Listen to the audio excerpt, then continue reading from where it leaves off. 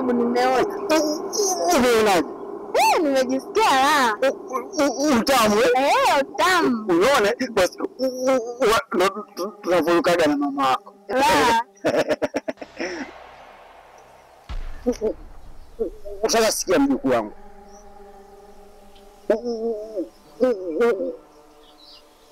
Mama yako ameniambia nikufundishe kuruka. Ndio maana nimekuleta eneo lote langu. Amna mtu anajua. Na mama yako ndio anafanyaga kazi hapa. Umesikia? Ndio nimesikia. Sasa upasi kumwambia mtu. Sawa. Umesikia? Ndio nimesikia. Sasa mashariki ya kazi yetu lazima uwe katili. Nimekuelewa. Sasa unataka uweze kuruka peke yako kama nilivyofundisha mimi. Sasa mimi nawezaje babu? Utaweza. Umesikia? Ndio babu. Nyama. Nyama. Nyama ya mtu. Nyama. Nyama ya mwanangu. Nyama. Nyama ya mama yangu. Nyama. Nyama ya mke wangu. Nyama. Nyama. Nyama. Nyama ya mjomba wangu. Nyama. Nyama. Nyama. Hata awe nani. Unauza. Nimekuelewa babu. Sasa nakufundisha mambo ya kurukia. Nyula.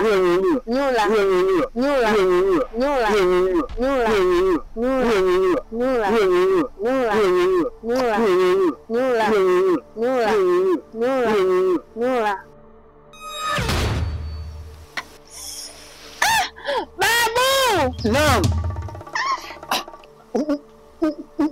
Unaona sasa? Unaruka ovyo. Mungu unauma. Sasa tunaishi hapa. Kesho sasa. Moyo wa uchawi, kumbe wala moyo wa uchawi.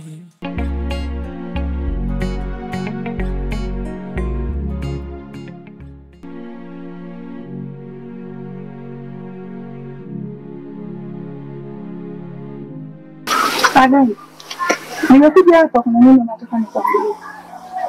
Na neno lenyewe sio geni, ni yale yale. Kwamba nilikuwa nakuomba ukae mbali na binti yangu. Maana kila tunapokutana huwa nakueleza kwa ukali, kwa ukorofi, lakini leo nimekuja kwa ustaarabu kabisa. Kwamba nakuomba ukae mbali na binti yangu. Kwa sababu utakapoendelea kuwa karibu na binti yangu, unanitafutia matatizo. Na wewe ni kama mtoto wangu. Sihitaji baya lolote likukuta. Na ndio maana ninakuja asubuhi hii kuja kukueleza. Sawa mama. Mimi nimekuelewa. Tena nimekuelewa sana. Japo mara kadhaa ulikuwa unanielekeza na nitafanya hivyo mama. Itakuwa mbali. Itakuwa vizuri kwa sababu wewe utakapokuwa mbali na yeye, yeye hatapata nafasi ya kukufuata wewe. Kwa hiyo nilikuwa nakuomba sana ulitimize hilo swala ambalo mimi nakueleza. Na endapo utakaidi, sawa? Mimi nashukuru kwa kunielekeza, nimekuelewa na nitafanya. Kama umenielewa nashukuru. Nakutakia asubuhi njema na kazi njema.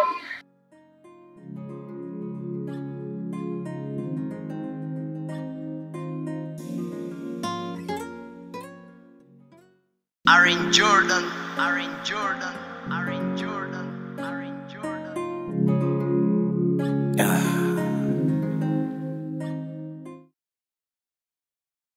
Tatu. Abe? Mimi ninajua wewe na Lulu ni marafiki. Tena ni rafiki yako karibu sana. Ila wewe na mama Lulu kuna shida gani hapo? Kwa nini unasikia kitu gani?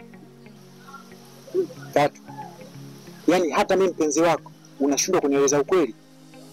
Ile siku mnazozana na mama Lulu nyumbani kwake kwa mama Lulu, mimi nilikuona. Ina maana unashindwa kunifahamisha ukweli uliotokea? Alafu Tatu, hiki kijiji ni kidogo sana lakini ni kikubwa.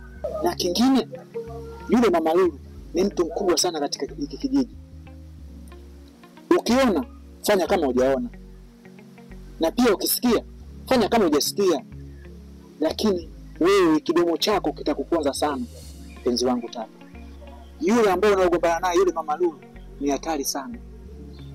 Na kuna mwingine anaitwa Mwinyi. Kwanza wewe ukimuona, na sijui kama hujawahi kukutana naye. Hivi unapenda kuniingilia sana kwenye mambo yangu?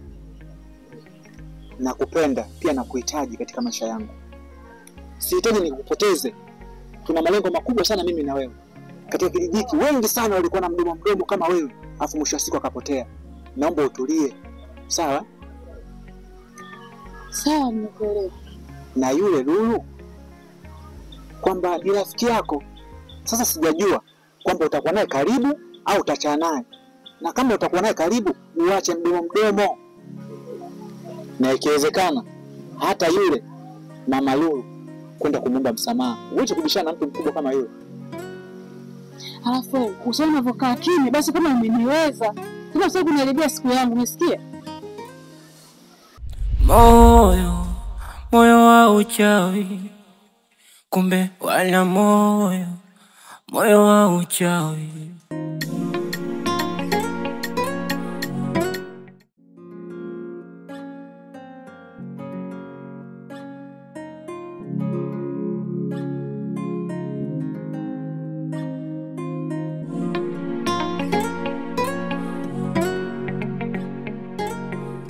Fadhali nimekuona mpenzi wangu.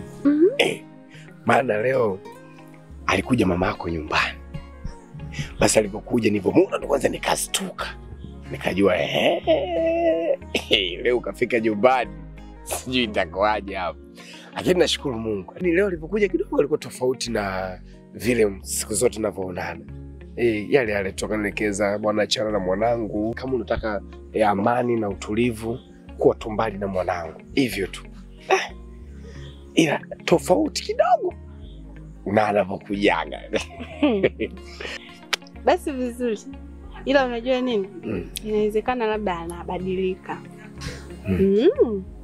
Hapo natakiwa tu ajue kwamba wewe ndo mkwe yake. Kwa labda kaanza kulijua hilo. Basi sio nikwambie kitu gani Lulu.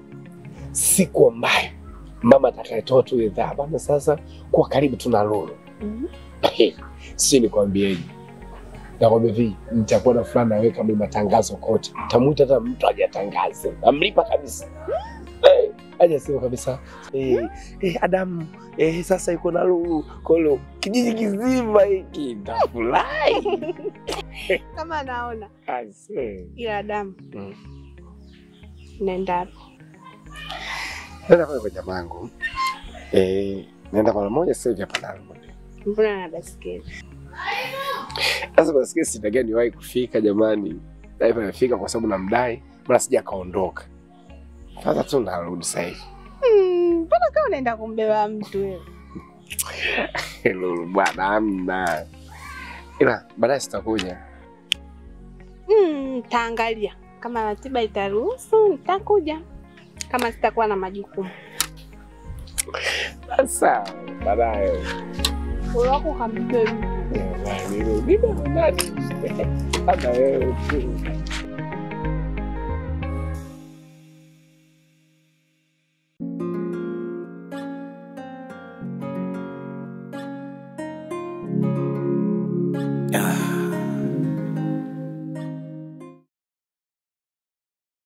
Mama mdogo. Abe, Mama ameniambia kuwa unaniita. Hivyo nimekuja kukusikiliza. ndio nimekuita. Sababu ya kukuita na jambo kubwa tu nataka nikuelekeze. Kwa wewe kwenye chama chetu, wewe ndio ulioshika hazina yetu. Nakusihi wewe kama ni mshika hazina yetu, nakuomba usishirikiane na mwanamume yoyote. Endapo utashirikiana na mwanamume na mwanaume, hazina yako itapungua. Pili, mazao mashambani yanaweza kakauka yote. Mama mdogo. Kuhusu hilo jambo mimi nilishamuelekeza hata mama. na nikamwambia kuwa mimi saizi nishakuwa mtu mzima na nina utayari wa kukubali au kukataa au kuamua kuwa na mtu yoyote yule.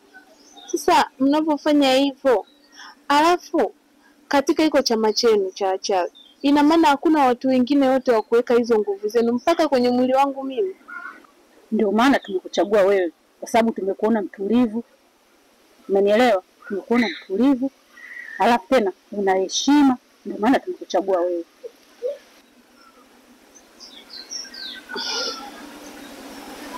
Sawa, nimekuelewa.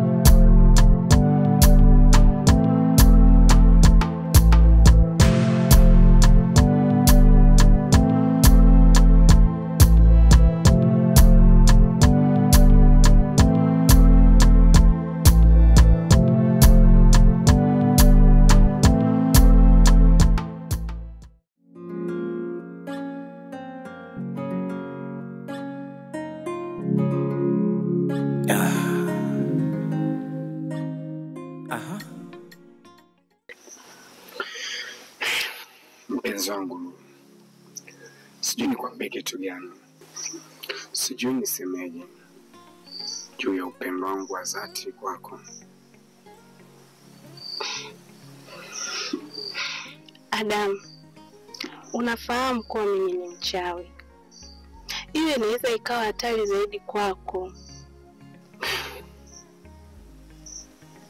Najua, ila kuna kitu chochote kitakachoharibu.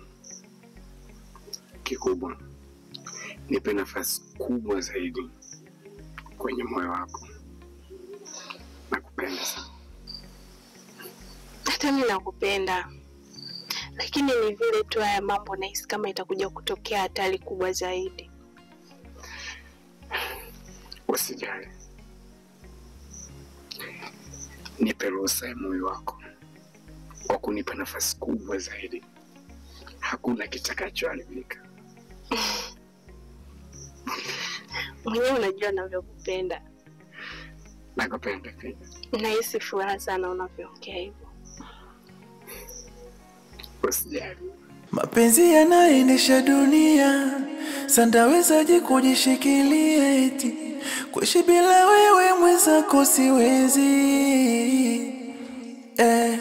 Mapenzi yangu ndayapambania eti kama vita nitainunua eti maisha bila wewe mwenzako siwezi. Moyo wangu si unaujua ulivyo mwoga.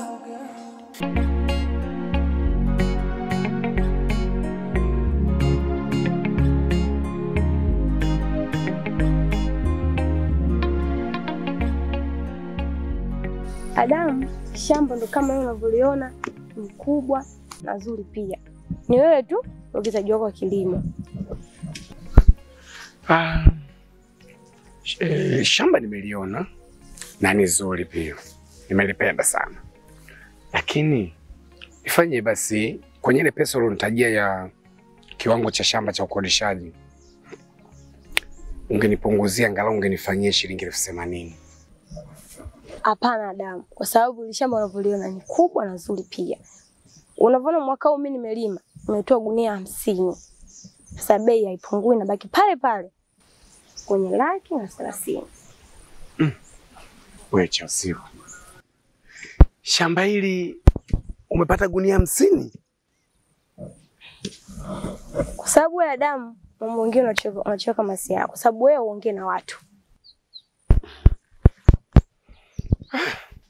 Unajua mambo mengine ni kama moyo wa mtu. Ni kweli, tena moyo wa kichawi.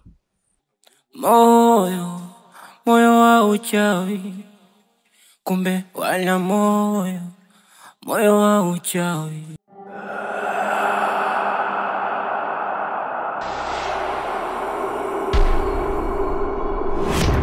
Shirika. Ndio. Umemwona huyu? Ndio nimemwona. Huyu kumwambia kulima analima huyu. Kweli? Ndio mshirika. Lima. Sasa mbona alimi umenidanganya? Huyu ana kanuni zake za kulima, ukimwongoza analima. Ana miongozo yake mpaka alime huyu. Lima hapa. Moyo wa uchawi, kumbe wala moyo wa uchawi.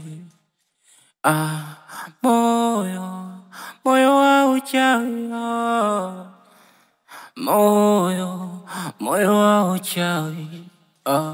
La la.